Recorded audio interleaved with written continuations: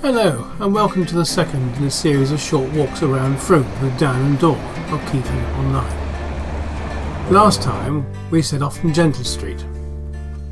We passed by the church on the right, St John's, down the steps, turning left into Cheap Street by the Three Swans. At the bottom of Cheap Street we made our way past the Boyle Fountain, Boyle Cross, all the way down the marketplace and to the Frome Museum. There we turned left into Bridge Street and made our way into Justice Lane and so into the main car park. We then went over the river Frome across the bridge into the Westway, Frome's main shopping centre, and from there up to Cork Street, named after the Earls of Cork and Orrery, the Boyle family, who also gave their name to the Boyle Cross and Fountain which we saw earlier. And now to the bottom of Stoney Street, where our walk begins today. Stoney Street forms the lower part of St Catherine's, an artisan area of independent shops and cafes and the occasional restaurant. It was the beginning point of the Frome Cobble Wobble, a bicycle race of 179 yards, no longer running today owing to the large number of broken knees. So we'll begin our walk this morning by making our way up the steps from Palmer Street to Paul Street. Now Paul Street might well get its name from the Abbey of St Peter and St Paul in Bath. A pension of 1 mark per year was given to the deanery of Frome, and possibly hence that its name. The street itself contains 18th century Grade 2 listed properties. You can see its position on the map here, which we've marked as we make our way along towards Catherine Hill. One of the more famous names associated with Frome was that of Sheppard. John Sheppard, born in 1614 and died in 1675, was the founder of the family. His trade was as a cardboard maker. Handheld boards for carding wool. They were equipped with wire pins to make a comb. The raw wool could now be brushed or carded prior to spinning.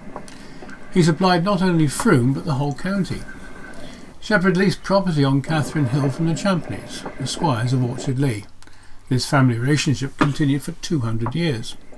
The new family home will be that on the site of a former chantry chapel, St Catherine's. Originally a chantry chapel of St Catherine, giving its name to the vicinity, dating to 1326. It was dissolved in 1548 as part of the dissolution. It became John Sheppard Elder's home, and then later a small factory for producing his card.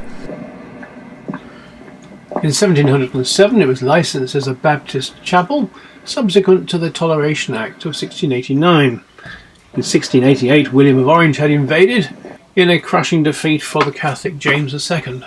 The Toleration Act allowed nonconformists, Baptists, Methodists, etc. to worship, but not Roman Catholics. By the 1760s, a number of cottages had been built to house the weavers on the land first leased by John Sheppard. The word barton derives from the Old English beer for barley and ton, meaning enclosure, and is connected to the demesne land belonging to the lords of the manor. In the West Country, bartons are frequently found associated with farms. In towns, they may refer to small thoroughfares, often not wide enough to allow carts to pass through. Collinson, in 1791, describes Frome as being a town of 38 streets, 12 lanes and 13 bartons, considerably larger than the medieval period.